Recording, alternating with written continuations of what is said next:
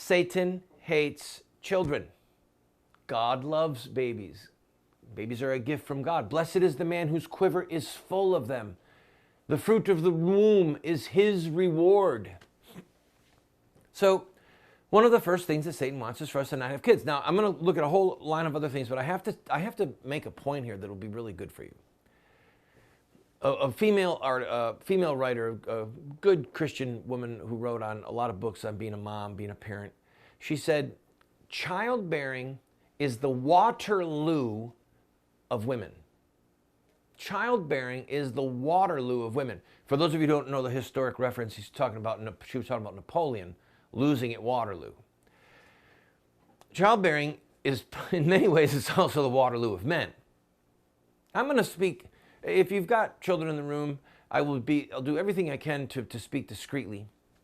But we all need to look at this and be honest about it.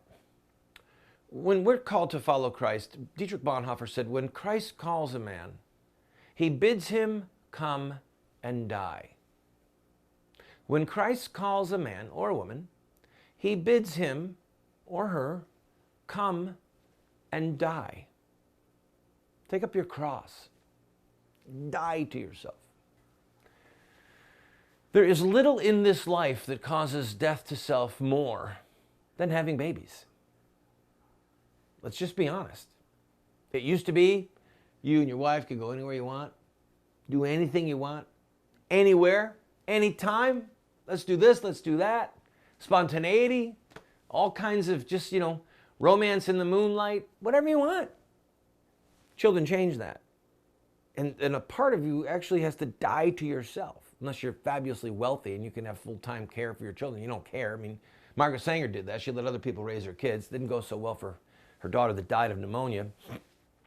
Anyway, we are called to die to ourselves. And when you, take a look at people who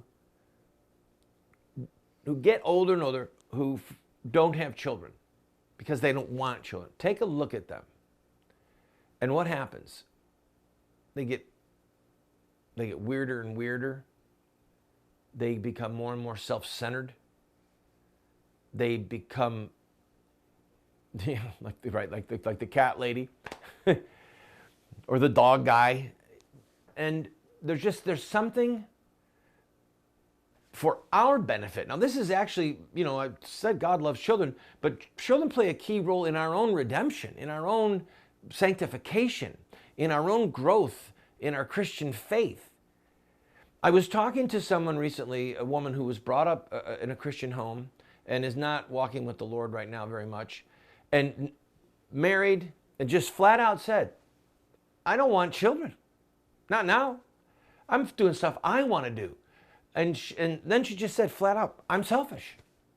And I just thought, oh, dearie, you poor thing. You have no idea. And here's the paradox. Children are the Waterloo of women. In many ways, they're the Waterloo of being a dad.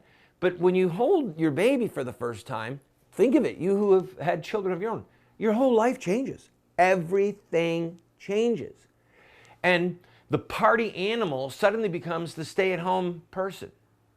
The person who wanted to just have fun and do nothing but have fun, suddenly they start to mature a little bit and they realize they just can't buy the boat and the four-wheeler and all this and that. They have to start focusing on their children. For some people, it's a very sudden shift. They're equal to the task. For some people, it's a slow shift. And the people who don't make the shift, okay, the men who refuse to become good dads, who just are 16-year-old boys in an adult body, or the women who just won't stop running around and being party animals and neglect their kids. Thank God it's a handful. But what do? We look at them and we say, what is wrong with you? What is wrong with you?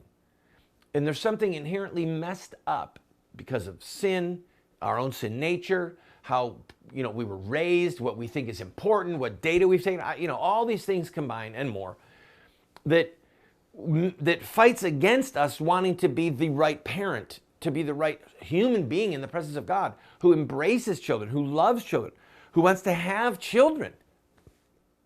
The person who says, I don't want to have children, who's married, all right? That person is actually taking a stand against the whole flow, not just of human history, but of creation itself from the hand of God. God said to Adam and Eve, the two shall be one flesh, right? Now, be fruitful and multiply. Have babies. So when we say no to that, or I only want one, I want my experiment baby, and then I'm going to go on all kinds of chemicals or use different things and not have any more babies. I've got my experiment baby, or two. This goes against the spirit of be fruitful, multiply, not add, multiply, okay? And I'll leave it with this, then I'm going to go on to other things about Satan as we go back to school, go back to how Satan wants to destroy children. When you have a family that has 4 or 5 kids, 6, very rare these days, but thank God they're still out there. These are people who actually take the Bible seriously and take their faith seriously, whether they're Roman Catholic or evangelicals. I met a guy the other day, him and his wife have been married for 12 years. They have 10 children, no twins, and they're all from the 2 of them. No adoptions, no foster children, no children from first marriages. They've been married 12 years, they have 10 children.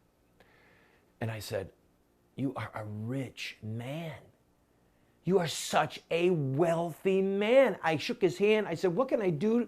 Would you like to be on my TV show? Do you guys have a piano? Is there anything I can do to help you? Because he's a wealthy man. And I said, obviously he was a Christian. I said, what denomination are you? He told me. And I said, man, somewhere along the way, somebody taught you about the value of children and God's plan for families. He said, yep. And I said to him, you must catch heck from people. He said, yeah, we do. He kind of shook his head, lowered his head. Yeah. And, because people have so bought into this idea that children are a nuisance and a burden, that when we see somebody with a large family, we say, don't you know how that happens? There's ways you can stop that from happening. Give me a new car, but don't give me a new baby. That's how whacked out we become. That's how crazy we become in our thinking. And I'm telling you, it's not from God. It is not from God. When we come back from this break, I'll take a look at other ways that Satan wants to destroy children. You'll see, it's a progression, and we need to stand against it.